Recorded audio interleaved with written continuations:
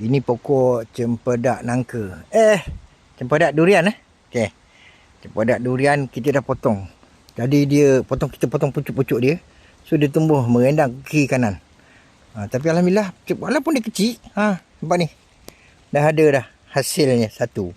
Dalam tu tadi kat bawah sini, sekejap kat situ ada lagi. Satu. Kat situ pun ada.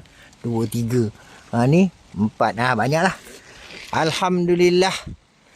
Cempedak durian. Tadi kita selesaikan di sana. Tu cempedak madu. Pokok dah besar. Yang ni pokok ni kemudian sikit kita tanam. Tapi alhamdulillah dia pun dah keluar buah. Okey, apa baja? Baja teh kambing je lah. Buat masa ni. Tidak ada. Ni dia tak tersentuh dengan NPK pun. Tak pakai NPK pun. Okey. Mungkin masa akan dapat kita cubalah berikan NPK. Saya buka tengah tu, ruangkan pencahayaan. Dan dia tumbuh mengendang ke tepi. Alhamdulillah. Cempedak durian dah start nak berbuah. Start di musim hujan